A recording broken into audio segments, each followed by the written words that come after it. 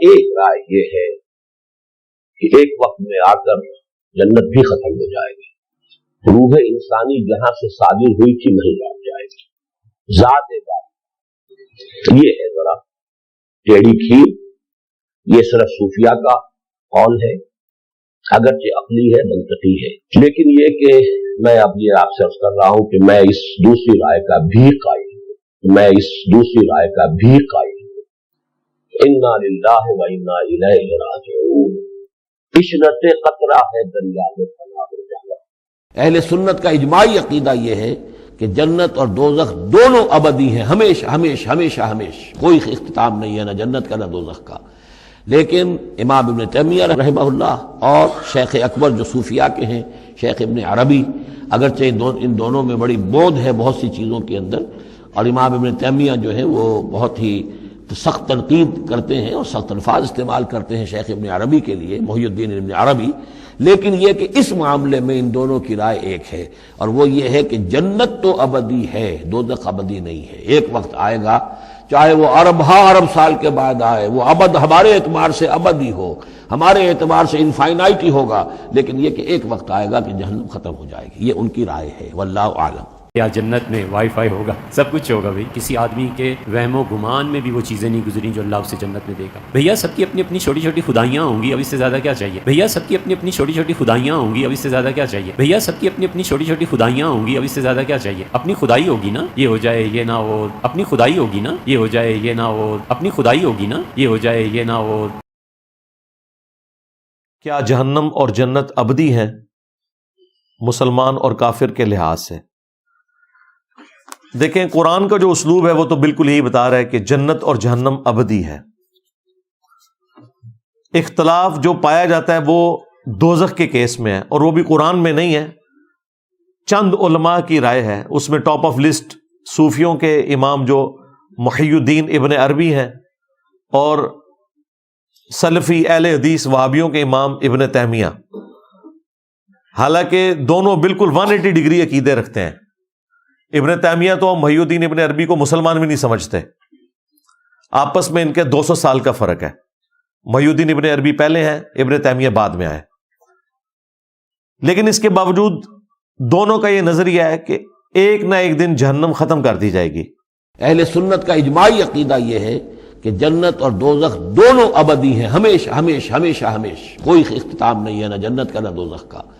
لیکن امام ابن تیمیہ رحمہ اللہ اور شیخ اکبر جو صوفیاء کے ہیں، شیخ ابن عربی، اگرچہ ان دونوں میں بڑی بود ہے بہت سی چیزوں کے اندر، اور امام ابن تیمیہ جو ہے وہ بہت ہی سخت تنقید کرتے ہیں اور سخت الفاظ استعمال کرتے ہیں شیخ ابن عربی کے لیے، محی الدین ابن عربی، لیکن یہ کہ اس معاملے میں ان دونوں کی رائے ایک ہے، اور وہ یہ ہے کہ جنت تو ابدی ہے، دوزخ ابدی نہیں ہے۔ ایک وقت آئے گا، چاہے وہ ارب سال کے بعد آئے، وہ ابد ہمارے اعتبار سے ابدی ہو، ہمارے اعتبار سے انفائنائٹی ہوگا، لیکن یہ کہ ایک وقت آئے گا کہ جہنم ختم ہو جائے گی، یہ ان کی رائے ہے، واللہ اعلم۔ اور بیسک پرنسپل انہوں نے یہ گھڑا ہے کہ جنت کے لیے جب بھی قرآن میں لفظ آیا وہ آیا خالدین فیہا ابدا، کہ جنتی جنت میں رہیں گے ہمیشہ ہمیش، جبکہ جہنم کے لیے آیا ہے خالدین فیہا، جہنمی رہیں گے جہنم میں ہمیشہ۔ وہ کہتے ہیں ابدا کے الفاظ نہیں ہیں، تو وہ بھی میں نے ان کی ڈاکٹرن توڑی تھی کہ قرآن میں موجود ہے خالدین فیہا ابدا، جہنمیوں کے لیے بھی وہ آیات بھی موجود ہے۔ ماڈرن ایج میں اس مسئلے کو دو بڑے بندوں نے اٹھایا، جس طرح وہاں وہ 180 ڈگری ہے نا، یہاں پہ بھی دو بندے 180 ڈگری ہیں، ہمارے استاد ڈاکٹر اسرار صاحب رحمہ اللہ اور ہمارے استاد جاوید احمد غامدی صاحب حافظہ اللہ تعالی۔ دونوں نظریات میں ایک دوسرے کے بالکل خلاف ہیں، لیکن دونوں اس ماڈرن ایج میں اس مسئلے کو گود لیے ہوئے ہیں کہ جنت تو ہمیشہ کے لیے ہے، لیکن جہنم کبھی نہ کبھی اللہ تعالیٰ ختم کر دے گا کروڑوں اربوں سال کے بعد۔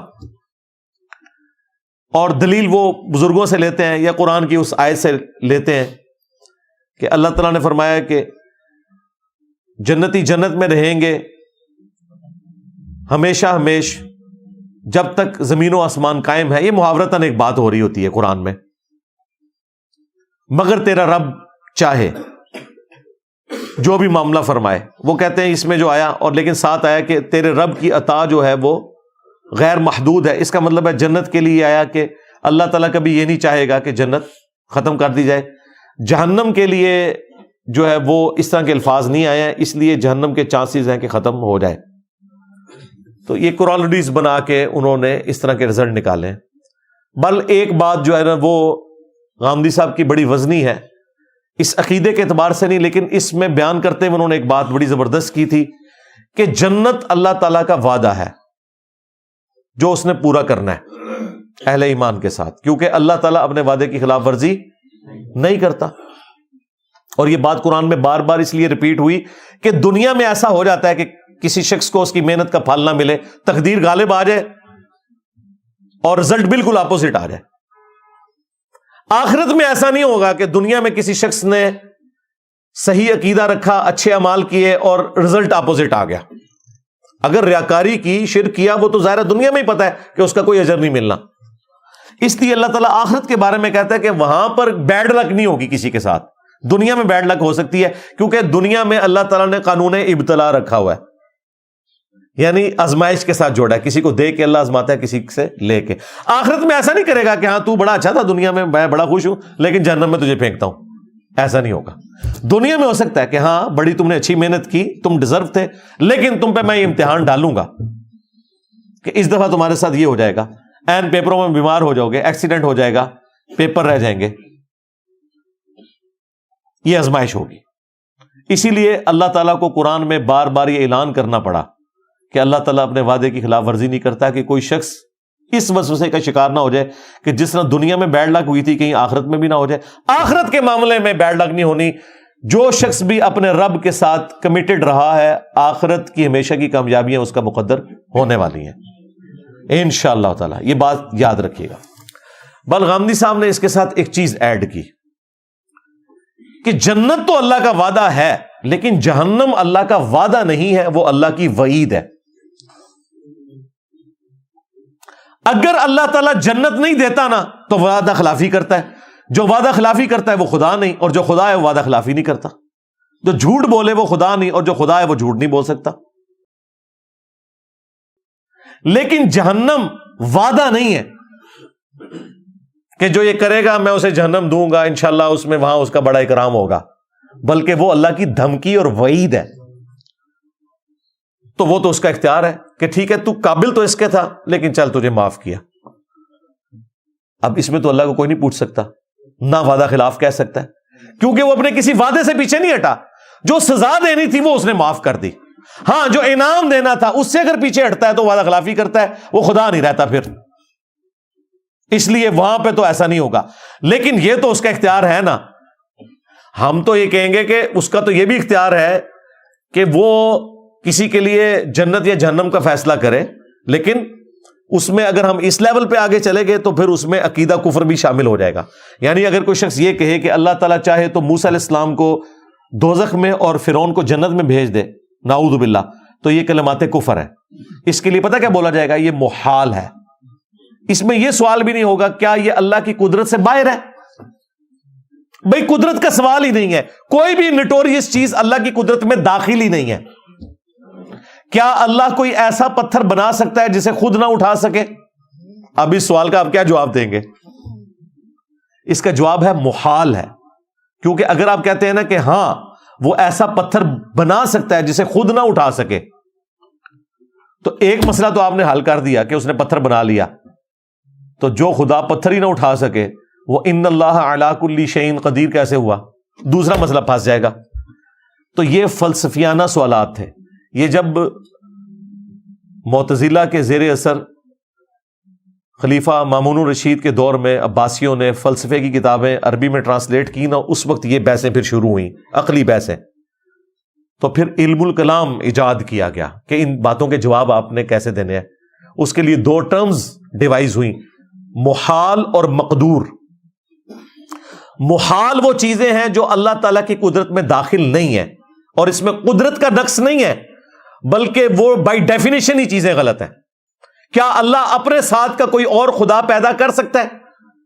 اس کا جواب اگر آپ دیں گے ہاں, تو جب ایک اور خدا پیدا ہو گیا تو توحید کی نفی ہو گئی. پھر دوسری بات، جب وہ پیدا ہو گیا تو وہ تو خدا ہوئی نہ، وہ تو مخلوق ہے. خدا کی تو ڈیفینیشن ہے لم یلد ولم یولد. خدا تو پیدا نہیں ہوتا، وہ تو ہمیشہ سے ہے. اور اگر آپ کہیں کہ نہیں پیدا کر سکتا تو لوگ کہیں گے آپ نے قدرت کی نفی کر دی کہ اچھا یہ کام تو وہ نہیں کر سکتا. تو اس کا جواب یہ ہے یہ محال ہے، یہ بائی ڈیفینیشن ہی غلط ہے. اس کے اگینسٹ کچھ چیزیں ایسی ہیں جو مقدور ہیں، اگرچہ وہ اللہ نے کی نہیں ہوئی لیکن قدرت میں داخل ہے. مثلا کیا اللہ اس بات پر قادر ہے کہ زمین سے کوئی ایسی سیڑھی بنائے کہ ہم آسمان پہ چڑھ جائیں؟ ہم کہیں گے کہ ہاں اللہ تعالیٰ ایسی سیڑھی بنا سکتا ہے. اگلا سوال وہ کرے کہ وہ سیڑھی کی طرح، ہم کہیں گے بنائی نہیں ہے، لیکن بائی ڈیفینیشن ان اللہ علی کل شیء قدیر کے تحت وہ اس چیز کے اوپر قادر ہے. اگرچہ وہ کام ابھی اس نے نہیں کیا لیکن قدرت میں داخل ہے. کیا اللہ تعالیٰ اس بات کے اوپر قادر ہے کہ بغیر شادی کے کسی عورت کو اولاد دے دے؟ ہم کہیں گے بالکل یہ بات مقدور ہے. اگرچہ عیسیٰ ابن مریم کے سوا کوئی اگزامپل نہیں ہے اور نہ قیامت تک کوئی اگزامپل ہوگی، ورنہ میں بتا دی جاتی. لیکن مقدور ضرور ہے، چاہے تو وہ کر سکتا ہے. بانج عورت کو اولاد پاسبل نہیں ہے، لیکن کیا اللہ تعالیٰ دے سکتا ہے؟ ہم کہتے ہیں ہاں مقدور ضرور ہے، اس کی قدرت میں داخل ہے، لیکن ایسا کرے گا نہیں وہ، سوائے یہ کہ حضرت زکریا علیہ السلام کو یحییٰ علیہ السلام مل گئے. باقی عموماً یہ اللہ تعالیٰ کا طریقہ نہیں ہے. یا وہاں پہ حضرت سارہ کے لیے حضرت اسحاق پیدا ہو گئے، لیکن یہ چیز مقدور ضرور ہے، چاہے تو کر سکتا ہے، لیکن عموماً دنیا کا قانون اس کے ساتھ اللہ نے نہیں جوڑا ہوا. کیا اللہ تعالیٰ یہ کر سکتا ہے کہ کسی کو آگ میں پھینکا جائے اسے آگ نہ کھائے؟ ہم کہتے ہیں ایسا ہوتا نہیں ہے، لیکن یہ اس کی قدرت میں داخل ہے. ایک دفعہ اس نے کیا ہے ابراہیم علیہ السلام کے لیے. جنرل رول پھر بھی نہیں ہے وہ، یہ ذہن میں رکھیے گا. لیکن جنرل رول نہ ہونے کے باوجود محال نہیں ہے، مقدور ہے. اگرچہ وہ نہ کرے تب بھی مقدور ہے، یعنی قدرت میں داخل ہے کہ وہ ایسا کر سکتا ہے. بس یہ ٹوٹل جو ہے جی فلسفہ علم الکلام یہ ہے جو میں نے آپ کو بیان کر دیا، جو یہ کئی سال بیچارے پڑھتے رہتے ہیں.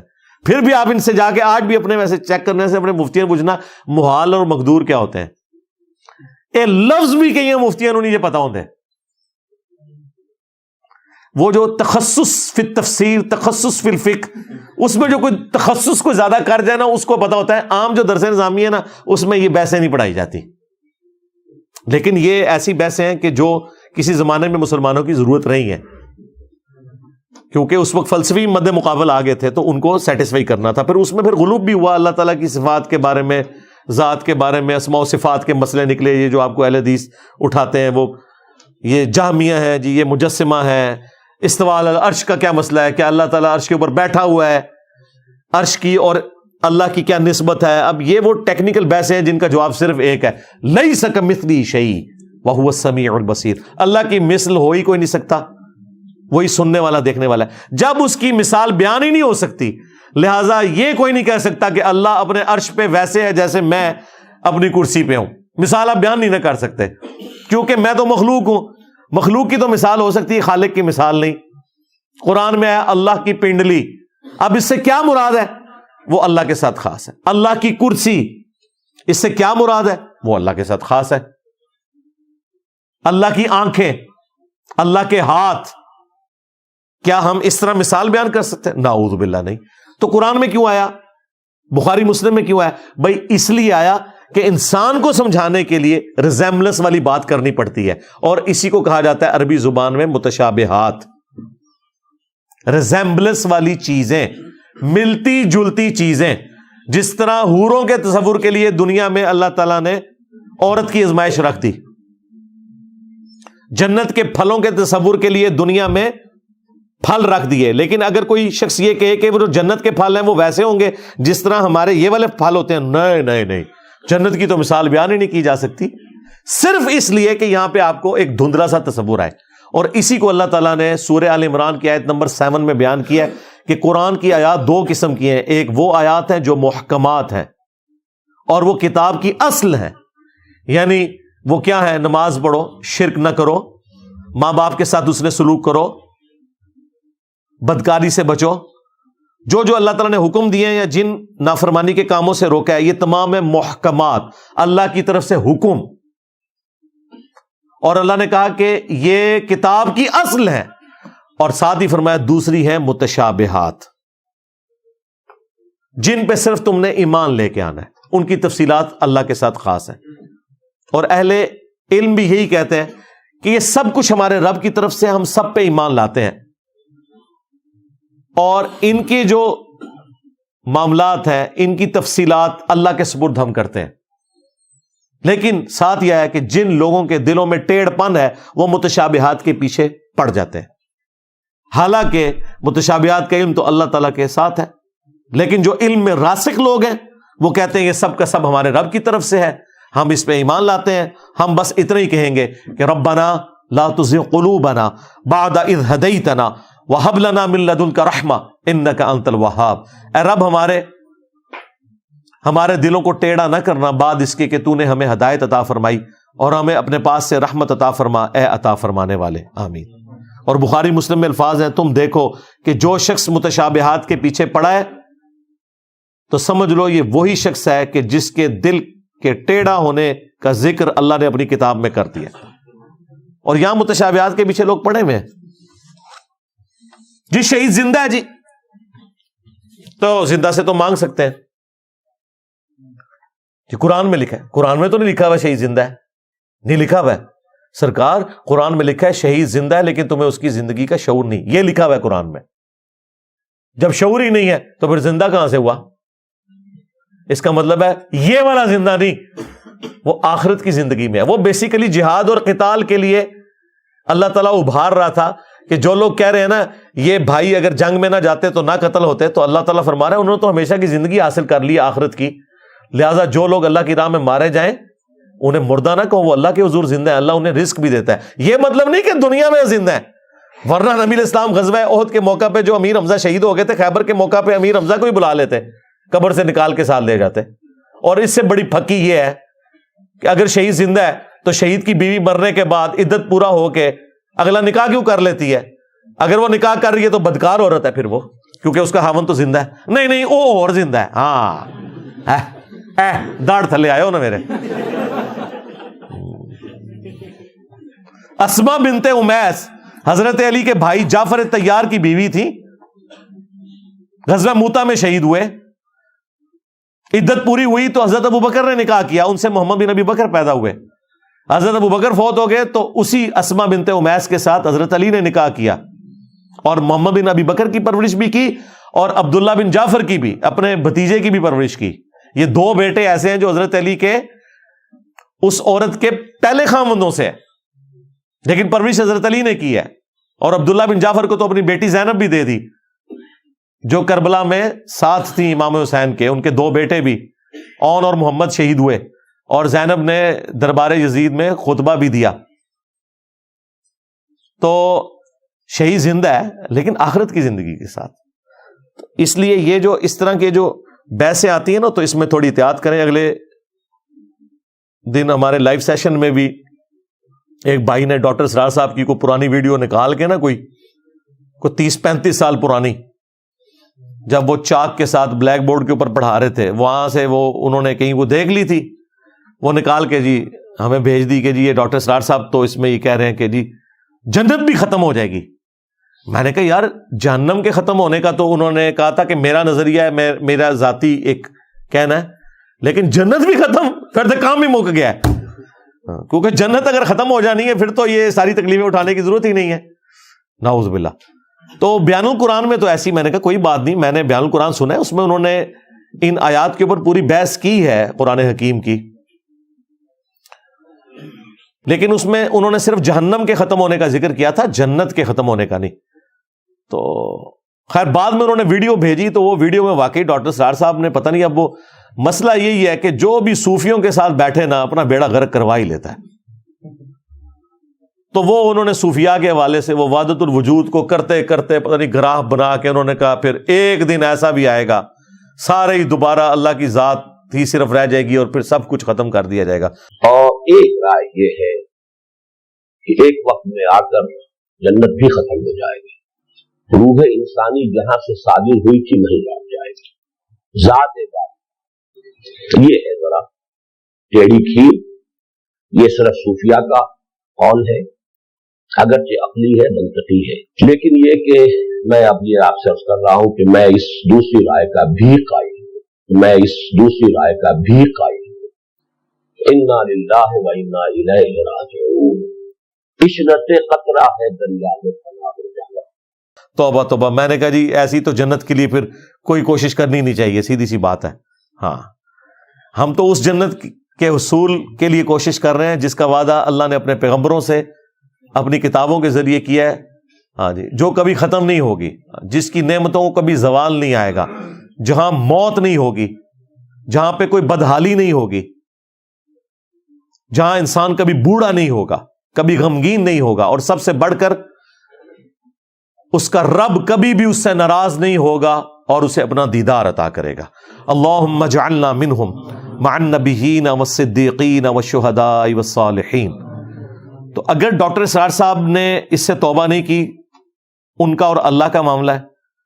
میں ان ڈاکٹر اسرار صاحب کی بات نہیں کر رہا, یہ جو ڈمی میوزیم سے آئے ہیں, یہ ڈمی میوزیم والے بھی ڈاکٹر اسرار صاحب ان کو دکھا دیں. ڈاکٹر صاحب ایسا سامنے بھیج دو. میں اوریجنل والے ڈاکٹر اسرار صاحب کی بات کر رہا ہوں. میرا حسن ظن ہے کہ وہ توبہ کر کے دنیا سے گئے ہوں گے.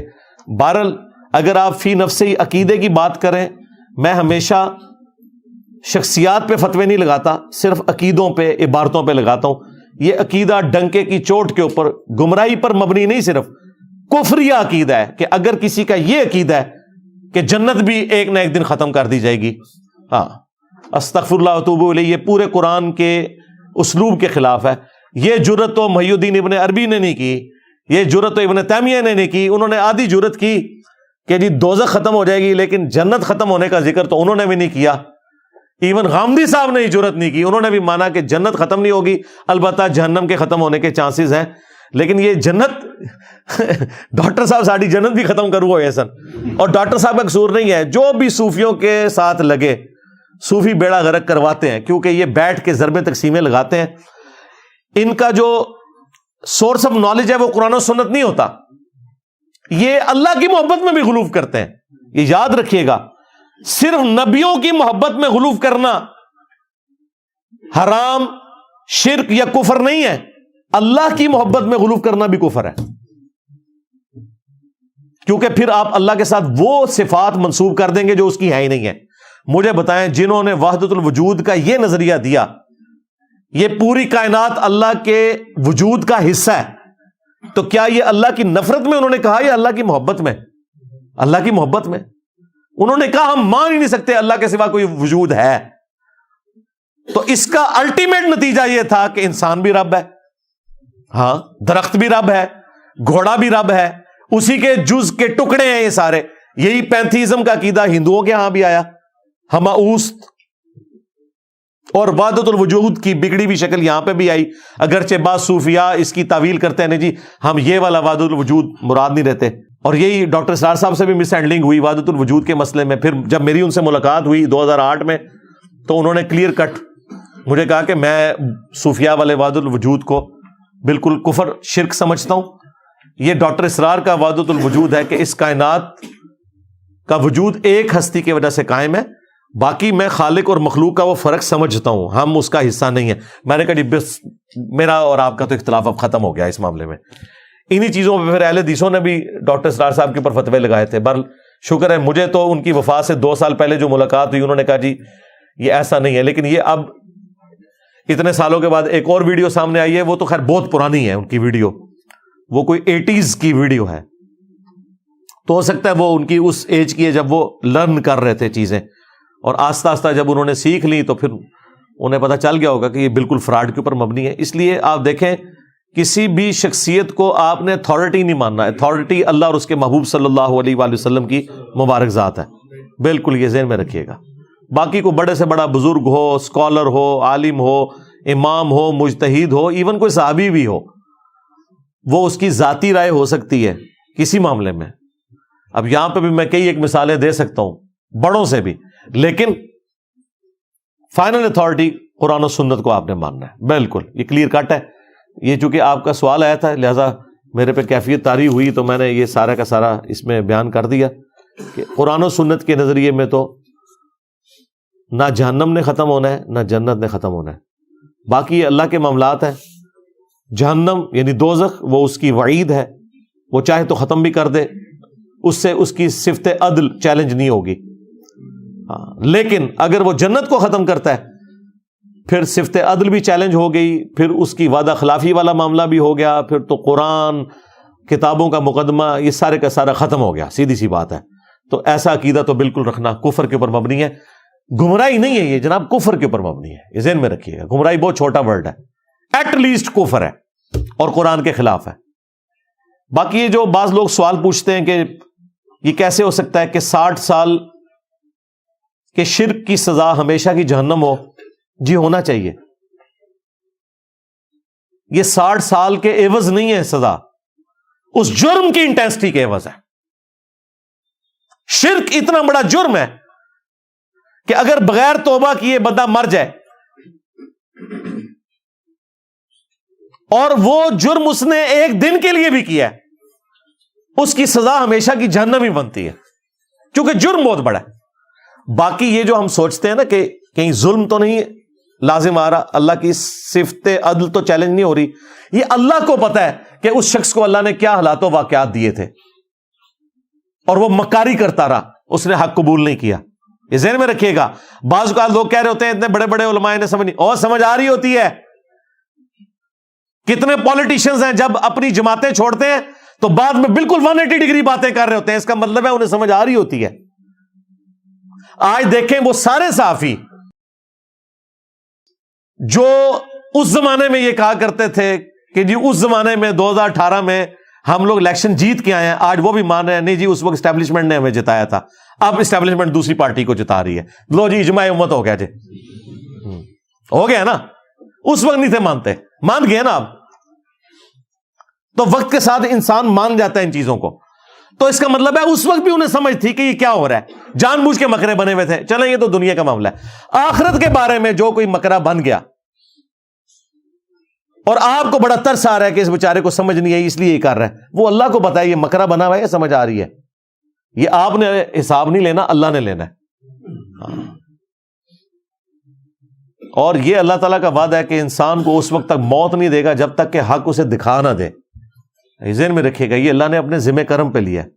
اس کے لیے ضروری نہیں کہ 100 سال کی زندگی ہو، کسی کو 20 سال میں بھی وہ حق دکھایا جا سکتا ہے جو دوسرے کو 60ویں سال میں جا کے دکھایا جائے. وہ 60 سال تک زندہ رہے گا وہ حق دیکھنے کے لیے. یہ اللہ نے اپنے ذمہ لیا ہوا ہے کہ میں نے حق دکھانا ہے، لہذا ترس نہ کھائیں اس حوالے سے اور اس کے لیے آپ دین کو بدل دیں کہ یہ کیسے ہو سکتا ہے. نہیں، اس کی بجائے دعوت و تبلیغ کا کام کریں، لوگوں کو سچائی بتائیں تاکہ وہ ہمیشہ کی جنتوں کو حاصل کر سکیں اور اللہ تعالیٰ کے غضب کے مقام جہنم سے خلاصی پا سکیں. اللہم اجرنا من النار، اللہم انا نسألک جنت الفردوس مع النبیین والصدیقین والشہداء والصالحین، آمین. اور آخری بات میں اس میں کروں گا کہ اس کائنات میں توحید خدا کا کنسیپٹ ہی ایسا کنسیپٹ ہے کہ اگر کوئی ایک چیز اوور لک نہیں ہونی چاہیے تھی نا تو وہ خدا کا تصور ہے. روزانہ آپ کو سینکڑوں ہزاروں سگنلز ملتے ہیں، صرف اللہ اپنے ذات کے ساتھ پردے میں چلا گیا، اس کے علاوہ ہر چیز سامنے ہے، اس کی ذات سامنے نہیں ہے. باقی اس کی صفات کے ذریعے اس کی قدرتوں کا جو ظہور ہے وہ اتنا سامنے ہے کہ اللہ تعالیٰ سے زیادہ کوئی ظاہر چیز ہی نہیں ہے. کائنات میں اگر کوئی چیز اوور لک نہیں ہونی چاہیے تھی نا انسان کی نظر سے تو وہ ایک خدا کا کانسیپٹ تھا. لہذا اللہ تعالیٰ جسٹیفائی ہے کہ کسی شخص کو شرک کرنے کے سبب ہمیشہ کے لیے جہنم میں پھینکے.